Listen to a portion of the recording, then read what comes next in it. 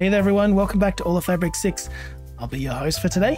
So I realized in the last episode I said that we would get into cooking and we never got around to it. So that's what we're going to be doing today. But before we do that, I did want to get into a bit of a biff, which I believe you can do with this thing, a void lily. This guy, this little flower, will point us towards the next bosses of mass destruction fight. I think. I don't actually know how it works. Oh, look at that. Well, let's assume it's pointing in that direction. Scan in. Still down in that direction. Oh, now it's going back the other way. And to get down, we got our fast tools, but I actually wanted to test out this thing from the mod Blast. As you can see, I've already been playing with it a little bit. Before we get too OP, not really have a chance to play around with all the fun mods in the pack, let's just have a little tinker with these explosives first and see what they do. Okay. That one was violent. Do they destroy blocks?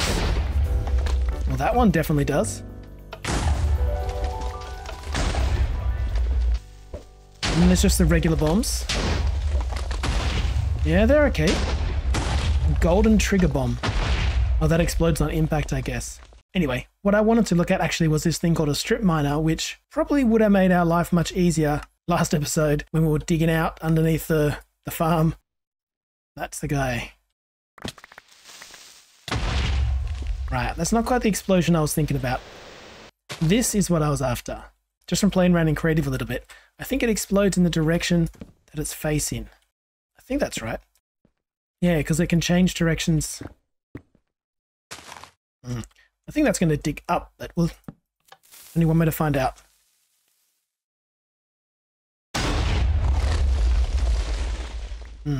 How do we get it to dig down then? Maybe like this.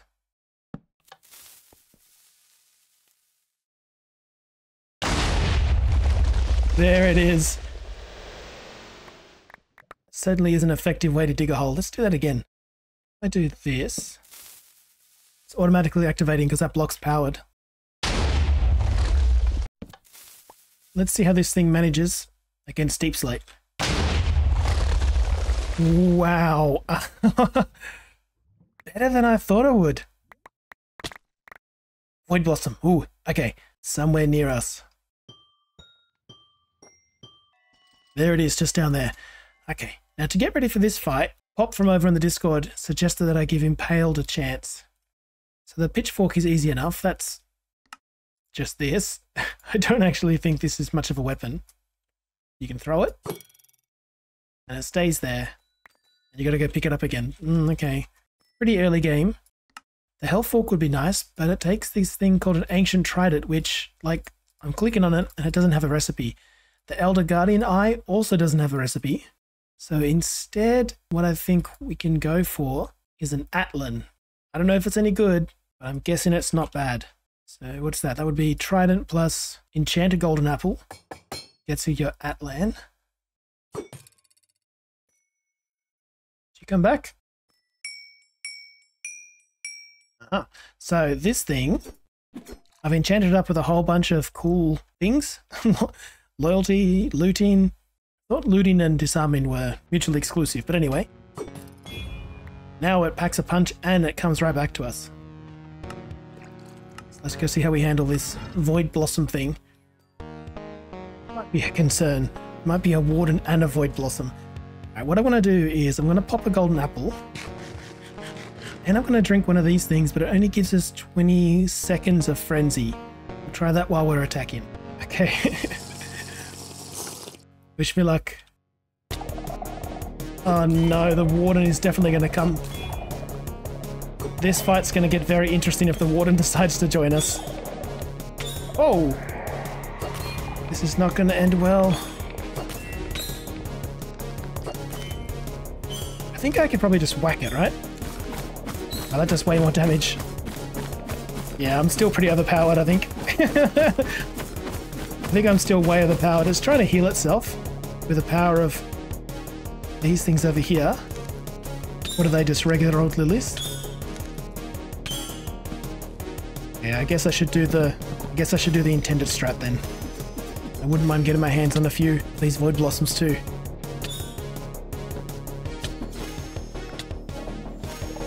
Uh-oh. I'm kinda tempted to see what happens if the warden comes out. Is that nuts? I think that might be a bit crazy. Yeah, actually, if we let the warden kill it, we'll probably take our kill. And we wouldn't get the advancement. I think I should probably get out of here. Where it gets us. Woo, okay. That scared me quite a bit. Like, I'm not too scared against the modded bosses. I've got really bad memories of taking on the warden. And for that, we got 2 void thorns and crystal fruit. The void thorns, yeah, just in crafts that we're not too interested in. So they can just live in storage for the foreseeable future. Yeah, so that's all the bosses mass destruction bosses down, done. We did them. But there's still heaps of other bosses left in Boss Rush. And we'll get to them in future episodes. But what I think I'm going to do, and yeah, many thanks to people who have been giving me heaps of really useful advice, both on Discord and in the YouTube comments. And one of the things that you guys suggested was stop killing things with my OP weapons and instead to explore other methods of killing things in the pack. You just saw a little taste of it just there with that trident. But we also have heaps of other mods that can get us there. So I think what I'm going to do is, rather than do a boss an episode, which will be forever if that's the case, I think what I'm going to do is take on the Twilight Forest bosses in a special stream or two, and I'll let you guys decide how we take them on. Right, I've got a few ideas in my back pocket, one of which includes trying to get back into Hex, or there's wizardry and other kind of magic. But if you've got any unique or interesting battle challenge ideas, let me know, and we can try and test them out on stream. But if you just follow me on one of the socials or jump into the Discord, I'll make sure I give plenty of notice when that stream's going to be. So if you're curious, you can come hang out. We are back in the kitchen. I realized in the last episode I said we'd be down here for a bit of cooking, and we never got to it. We got too distracted trying to accelerate all the crops. So I think what we'll do is we'll just let the mystical agricultural stuff tick away in the background. And liquid fertilizer is still a possibility, but there's no reason why we can't get cooking in the meantime while that stuff's all waiting. So Slice and Dice, which is that create add-on that gives you these slicer machines that we set up a few episodes back, and also is going to save us with a liquid fertilizer. But it also gives you a way to automate with the mixer a whole bunch of cooking recipes, so you don't have to run them through the cooking pot. You can do them here instead, which kind of fits in with the crate theme that we're working on down here. How about we set up, there's at least 2 things, the pastorate and mutton chops and the dumplings, that can be run through the mixer. Thankfully, they don't look too hard, so I think what I'll do is try and maximize efficiency. You can add straight cabbage to the back, or you can add cabbage leaves, and you'll get twice the yield, because I don't actually care which one it is. Similarly with the meat, you can add, we could even use mushrooms. Make veggie dumplings. Yeah, I think we'll do that instead. I was going to say, there's going to be some recipes you come across where they have meat options. Like the pasta with mutton chop is one. You can have, just like with the cabbage, you can add raw mutton, or you can add raw mutton chops, which I suspect is, 2 for 1. Oh, I heard that. Could you be the star we're after? No. So seeing as we need so many thousands of these things, I think it's definitely worth adding these recipes to chop things up into their component parts and double the yield. So I'll set up a mill station here, and then the mixing cooking pots here, and then we can come back and discuss it.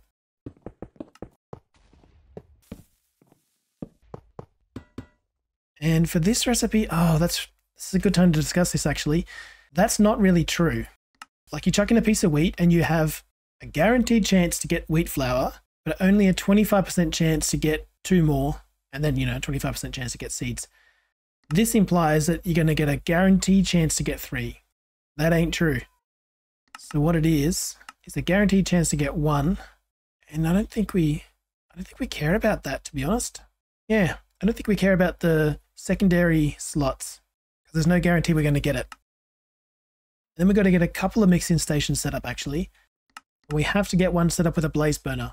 So we may as well set up 2 side by side, one with a blaze burner and one without, I guess. Anyway, the first step in that is to get the blaze burner. I know just where a couple of blazes are going to be hanging out. You know what? Let's get some reserves. Okay, he's hoping this does the job. I had to add an extra station. Oh, there's no water there, is there? What if I waterlog some leaves? That works. These things are now kind of necessary. Yeah, let's get rid of them. And do this magic styles. And pushing through some leaves of transformation. That looks really nice. And there's just a filter on that thing, making sure that only the dough can get past. And I was hoping to get away without having to do this bulk wash-in stuff, but yeah, getting the dough otherwise in a mixer with 1,000 millibuckets of water would be kind of a complicated process, I think. I think perhaps, I'm actually not 100% sure. Let's fill up some water here. Let's get a bucket of water. What happens when you put a bucket of water on a belt? It doesn't empty it. All right, we've made some good progress, but not as much as I would have hoped. We got a few chefs set up here, but unfortunately it's not yet enough to like bake a loaf of bread even.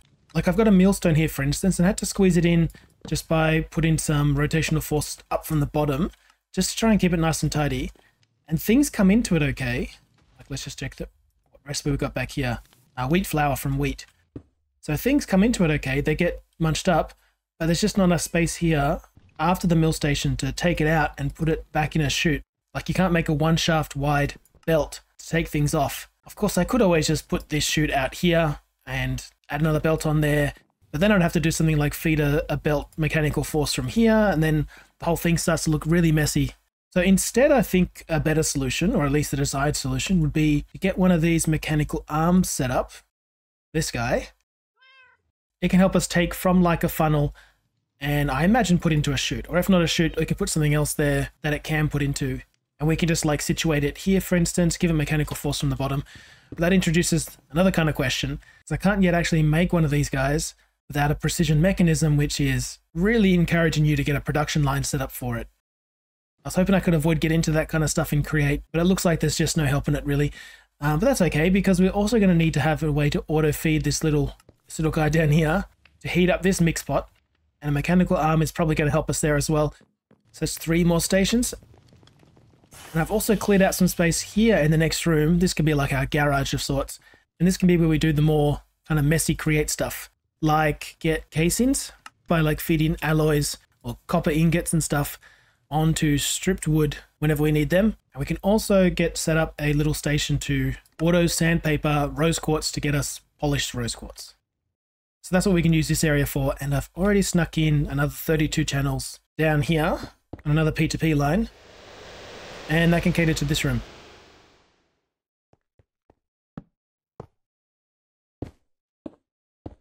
Beautiful. Okay, so there's our press.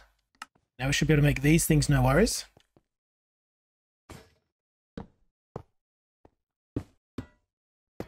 This one's going to be with a deployer station right there. And it needs sandpaper. We need to feed it sandpaper. May as well give it the diamond stuff. So we'll give that a filter. We'll give it one for now, but I'll have to feed in, well, we'll see in a second how we're going to auto feed that. Then we'll get another vertical gearbox to get this guy spinning. Okay, good. And that's literally going to have just the one recipe. I mean, we can always add polished iron bars later if we want, but I think it's just this recipe. We're not going to give it sandpaper because we'll worry about the delivery of sandpaper another way. So now if we want to make polished rose quartz, let's make a couple of these. And there they are. And this will set with an ME interface and a crafting recipe, crafting card, for diamond grit sandpaper. Now it should always have one in reserve, so when this one dies, another one should get delivered. There we go. Okay, onto the casings. These things you deploy under stripped wood ingots. Either brass, copper, or andesite. And once again, we'll give it some chutes, a belt line, a brass funnel, and a deployer, like this. Copper and andesite. So this pipe will be taking the ingots out of there, feeding it into the deployer, and the stripped wood will just come straight through here. In fact, we probably need to set recipes there too, saying only give us stripped oak. And thankfully stripped oak we're getting as a byproduct of making the bark. You'll recall we set that up over here, this little choppy station. Stripped oak and brass, stripped oak and copper, and then stripped oak and andesite. You can all sit in there. Let's see, give us 10 of them. That works. Cool. Now on to the more difficult one of getting this recipe sequence going on. It's not really obvious. It's not too obvious what else I would use this for, but I think pretty much what we're going to use it for is solely these things, the precision mechanisms. So you just need to have 3 deployers, feed a cogwheel, a large cogwheel, and an iron nugget in that order, and run a gold plate along it. It's going to take 5 times, and you'll have 80% chance to get a precision mechanism after 5 iterations. So it's not a guaranteed drop. Wow. So 1, 2, and 3. Gearbox and shaft. And that'll be little cog, big cog, iron nugget. You get a pipe, you get a pipe, and you get a pipe. And then we're just going to make sure we set filters on these things. Now, I'm not sure if it actually consumes these items in the production of it. So we'll have to see whether or not they come from the crafting recipe, or like what we did over here with the sandpaper, whether or not we set up another interface to just always keep them in stock.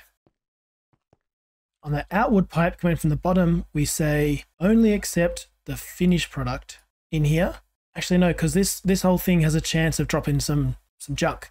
So instead, let's blacklist this one. Incomplete precision mechanism. Let's blacklist that and let everything else in otherwise, and we'll send back into the production line the incomplete one. All right, let's see. So the recipe will choose this. We'll get rid of these 2 and say, if you feed me these things, I will consider the craft done once I get this back in return. I might have to change this because I'm a bit skeptical whether or not you need to include like these things as well. Like I said, they might best be provided through an interface. But yeah, let's give this a go. Precision.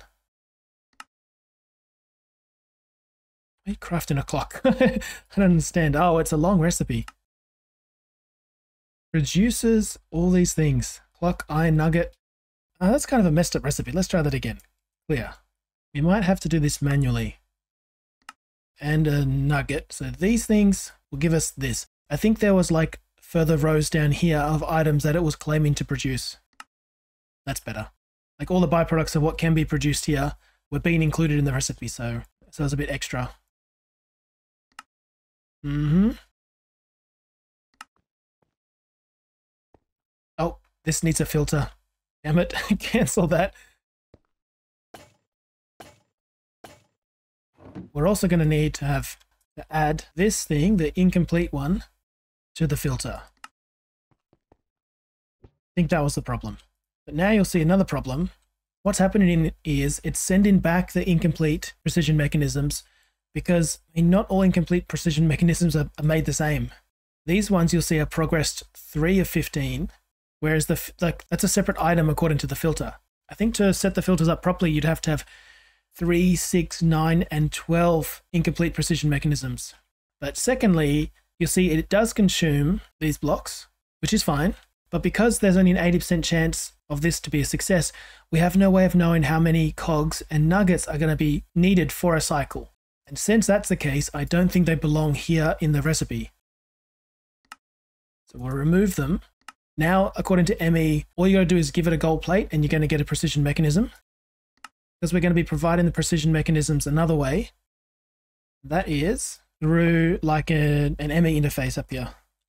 And this we say always have this stuff in stock. You know what? Always have a stack of each in stock. I think would be nice. Give it a crafting card so it can make those things as well. And I think what I'll do is I'll just keep adding the different stages of the mechanism to these filters. Manually, unfortunately, but it shouldn't take too long.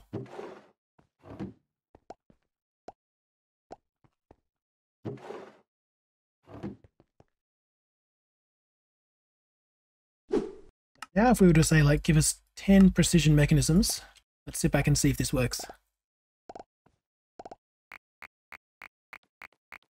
Oh, it's dawned on me. Obviously that 80%, so we should expect 8 in here instead of, yeah, one of them became a gold plate. Okay, well that's an easy fix. We just need to let gold plates back in and deny gold plates going out. I guess I assumed I thought it meant 80% of each iteration, but no, it's 80% of the whole cycle. It'll turn an incomplete one back into a gold sheet like 20% of the time. Cool, and now finally we can make ourselves one of these mechanical arm things. Hello. God. Well, it looks like the mechanical arm doesn't like to select, like I can select these funnels as options, see like that, but I can't select it when it's in this state. It just places the arm in the world. I haven't figured out why yet, but oh well. Another solution we can do, get back in there. Another solution we can do is we just extended the mill out one more block. What can we do? Can we put wheat in there? So now let's put like this and it'll just drop it. Now the question is, after all that, can we finally make some pasta with mutton chops and dumplings? All those things give us our pasta. That's going to go in the hot one up here. And then the dumplings also goes in the hot one. Cabbage leaves, wheat dough, and I think I want these ones to be vegetarian.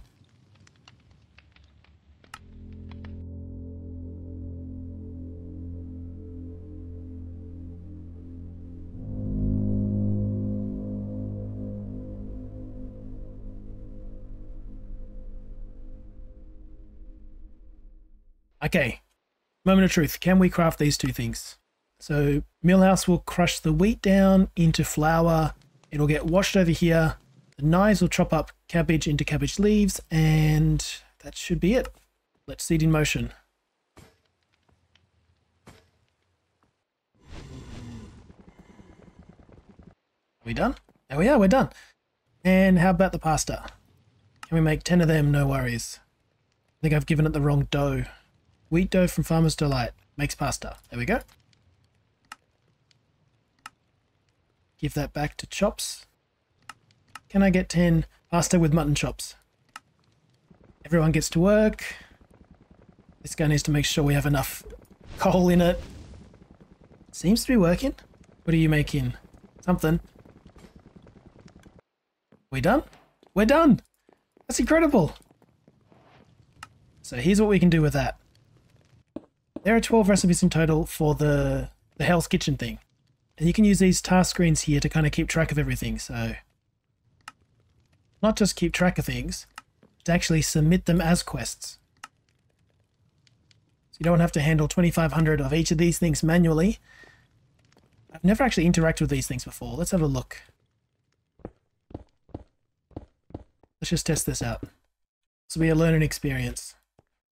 Let's see, the second, this one here is dumplings. Need to pick a cable. Yeah, that works. Look at that. So currently that's just dumping all of the dumplings into there.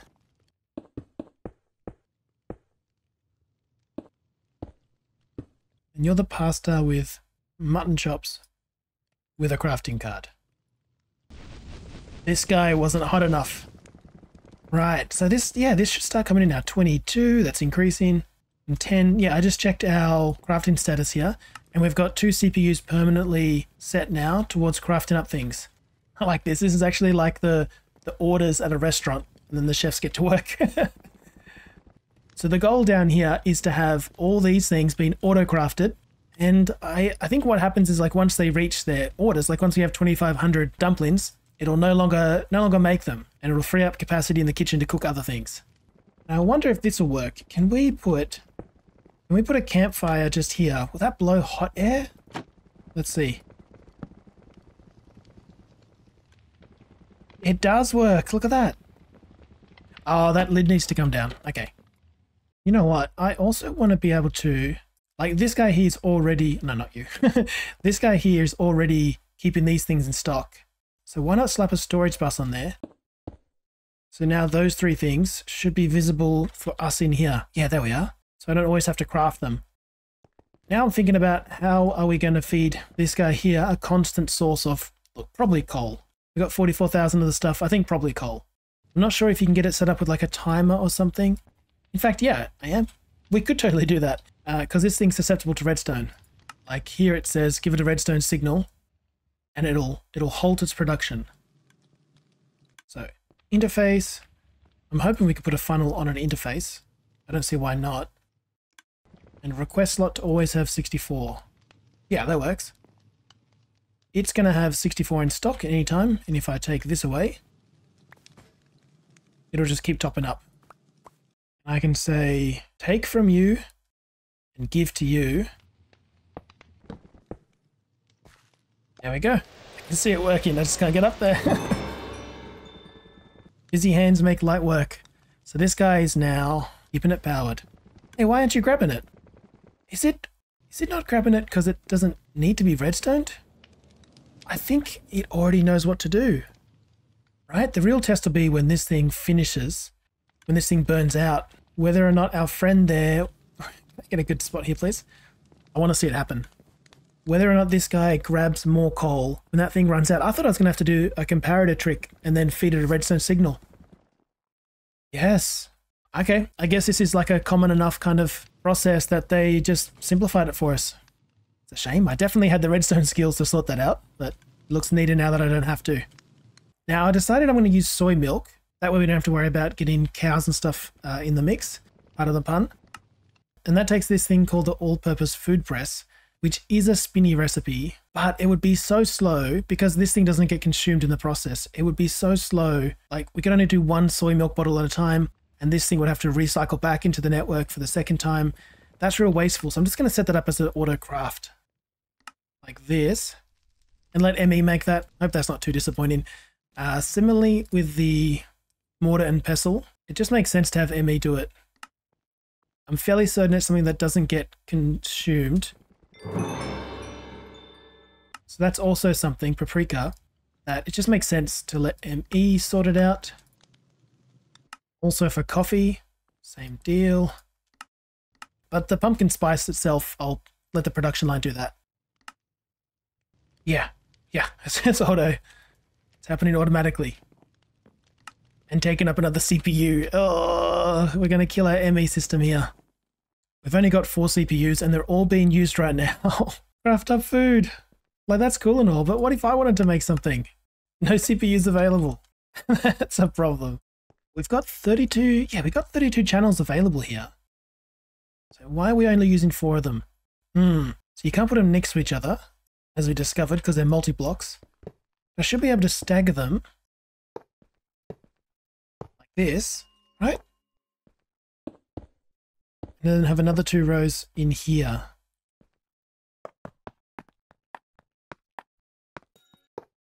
Mega crafting bow processor units. And I also want to have crafting monitors on top. Okay, it's a bit of a tight fit, and it's not the most organized. It doesn't look very neat, does it? But at least that'll give us plenty more channels now. That is beautiful. And I've also added a bunch more recipes. What are you? Sugarcane. I've also added a few more recipes on there, so yeah, passive production for the win, am I right? Oh, that is everything being crafted. At least all of the Hell's Kitchen quests are at least being crafted. I mean, and we lose these items once they get submitted. So this is a really big investment. But I didn't craft these things manually. But before you get too excited, that doesn't mean that we can just walk away now and let this resolve the quest for us, because not everything is automated yet. I'm pretty sure we need raw salmon, and I did have cod in one of the recipes as well. Probably could have used salmon, but we got a quick solution that can take care of that.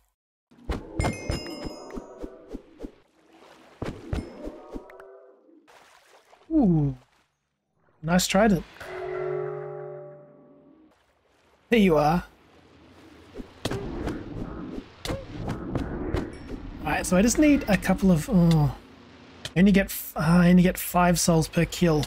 So I would have to kill, like, at least, I guess, 13 of those, which I'm not really keen on. So instead, let's chuck in the regular guardians and see what they drop. And of course, we'll give it a bit of a speed up. Because I don't think they drop salmon, unfortunately. Just the cod, it looks like. Although it seems a little...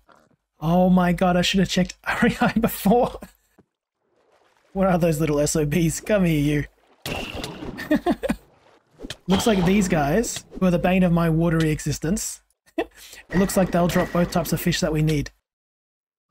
Let's swap that out for this ugly guy.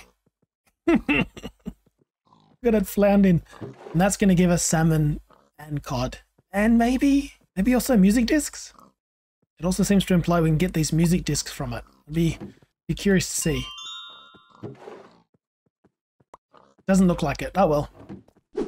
Okay, so it's a little bit later now, and I came across a bug with Create where the attribute filters would just disappear, which has thankfully already been fixed, but it meant that I had to update to the latest version of the pack. But we'll get to that in a minute. First off, there's been a few updates down here, one of which is I've just thrown down some smoking stations so that things along the line here will cook a little bit quicker. No point waiting for things to reach the very end of the track before they start getting cooked, so now we've got 3 encased fans up there doing the Lord's work, and the same goes for the bubbles. And I've just connected those with chain drives, something which I haven't used before, and that gets them all spinning in the same direction. Trying to tweak this thing has been the bane of my existence, because the basin would just keep on jamming up with lots of different ingredients. So I got a little bit creative with some redstone. Yeah, this pattern provider I've got set there, you can see it's locked by lack of redstone signal. So I just cycled through its settings, lock crafting until redstone pulse is received, lock crafting with redstone signal, etc. So I just locked it without a redstone signal. And then this thing here, this pulse repeater, extends a pulse that it gets from this redstone timer. It holds it for 4 seconds and then gives a little blip, which lets just enough for one craft to come through.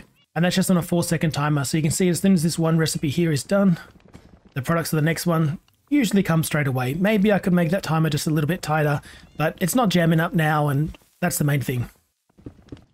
And it looks like I overestimated how much space I'd need. But yeah, everything's coming in. As you can see, already 730 of the fish and chips. And hopefully we can just walk away and this thing will sort itself out. But I have been cooped up in the kitchen for way too long. I need to head outside and look at the sky and touch some grass. Regain some sanity. Ugh. That's probably enough of that. So the update to the latest version of the pack came with a pretty big change. And that is here. I'm devastated. We've lost our big MI multi-blocks, the growth chamber and the mystical incubator. They're no longer multi-blocks. I've left these lamps here as reminders. Yeah, they're no longer multi-blocks, but in fact, they just work as individual machines now. So I've disassembled them, reclaimed a bit of this space. Really regret getting rid of our Flux crystal setup. So basically, yeah, they're just single blocks now. So we've got our tree farm here, ticking over at 16 times speed, and our mystical incubator, which now has a full 64 advanced upgrades in there. That's overclocking pretty good. And the power's keeping up, and our storage of Inferium's looking pretty healthy. Today was pretty food heavy, and I think next episode it's going to be real mana heavy instead. Kind of shocked that we still haven't produced enough mana to fill up the Terra Shatterer here, so I figure we may as well focus on getting our whole Battania set up ready for endgame. Thanks for watching, hope you enjoyed the episode. I'll see you in the next one. Bye for now.